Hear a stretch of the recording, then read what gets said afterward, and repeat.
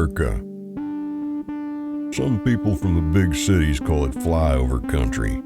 To them, it's that vast expanse of nothingness between where they are and where they're going. To 3.2 million Texans, it's home. They're the farmers who wake up early every morning to tend to the livestock and the produce we put on our dinner table, who grow the cotton, linen, and silk that make the shirts on our backs. They're the oil workers and coal miners working long and grueling days to get us the fuel we need to power our cars, our homes, and our cities. They're the men and women who run the fiber that connects our world. These are the people and companies who make up TSTCI. From rural communities all over the great state of Texas, these 35 cooperatives and companies band together to give a voice to the heartland. They stand united to say, rural matters.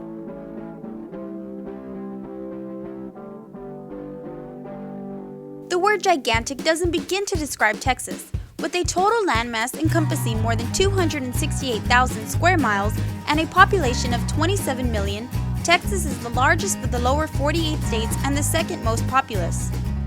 The urban and suburban counties of Texas make up 16% of the land, but house 88% of the people. That leaves the remaining 12% of people to live on a whopping 231,000 square mile terrain, with many remote rural areas averaging less than one person per square mile. Traveling hours away to deliver goods and services to one or two people isn't a cost-effective way to do business. The time and fuel spent is downright prohibitive. Telecommunications is no different. Building infrastructure and then serving rural and remote areas with high-quality voice and broadband internet service is on its best day a challenge, but it's essential in keeping these people connected to the rest of the world. Common misconceptions about rural Texas are, first, that there is no one out there, and second, anyone who might be out there does not need broadband service.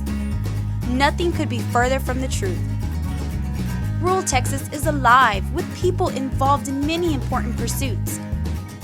99% of what we eat comes from farms, and most of what we wear does too. Texas is the nation's top producer of cattle, cotton, sheep, goats, horses, and hay, and is one of the top 10 producing states for milk, broilers, eggs, peanuts, wheat, sorghum, rice, vegetables, citrus, linen, and silk. Texas food and fiber industry brought in a staggering $108 billion in 2012, and it kept us clothed and fed. Homes, schools, streets, and office buildings all use concrete, lumber, ore, and rock that come from rural areas. Texas is the #1 cement producing state, an industry which helps contribute $1 billion to the state's revenue and employs 115,000 workers.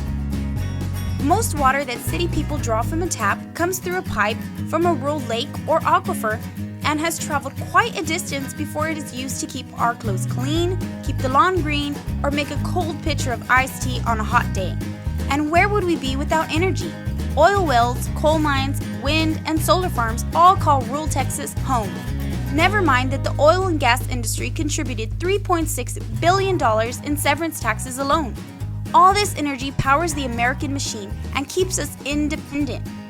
And at the end of a long work week, where do people in urban areas go to fish, hike, hunt, watch some birds, or get away from it all? Rural Texas. State parks generated $774 million in 2014. This is rural Texas, but without access to broadband internet, this all goes away. Farmers and ranchers use broadband to order seed, feed, and fertilizer, research market prices, and arrange for shipping. Something as simple as weather updates are critical to a farmer or rancher who is trying to profit from bringing a commodity to market. No farms, no food. It's that simple. Water networks depend on reliable internet service 24/7 to help monitor levels, regulate flow, keep track of usage, and raise awareness of potential problems. Oil and natural gas production is highly reliant on dependable internet service to transmit geological and production data, drilling schedules, and remotely monitor well information. Without their broadband connections, the constant flow of petrochemical products from the exploration and drilling areas to the refineries and distribution sites would slow considerably. Wind and solar farms are communication intensive, and like many other businesses, depend on broadband internet to manage the windmills and control the flow of electricity in and out of the farm areas. While state parks may not utilize broadband services to operate, they certainly make massive use of internet service to show visiting schedules and book reservations for rooms, tours, meals, and other attractions people enjoy while on vacation.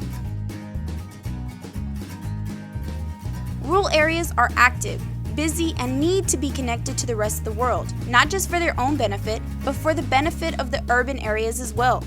As go the rural areas, so goes food, petrochemical, and water production for the urban areas. If deployment of broadband internet service to the rural areas is restricted or dismissed, everyone suffers. And that's something most people don't really understand. Policymakers in Austin listen to the loudest voices, and with so many representatives from urban areas, it can be hard for the voice of rural Texans to be heard. Cries for the reduction and elimination of the rural support provided by the Texas Universal Service Fund can be downright deafening. They say people in the urban areas shouldn't have to support businesses in the rural areas. That if people want internet, they should move to the big cities. These voices ignore some very important points. At the end of the day, rural Texas must remain vibrant, productive, and economically healthy, so that the goods and services on which urban Texas depends continue.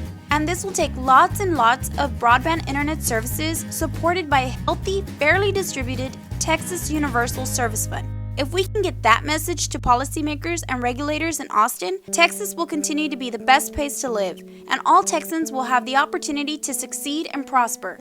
These relatively few people provide so much to so many, and they only require the most modest of considerations. All they're really asking for is the chance to stay connected.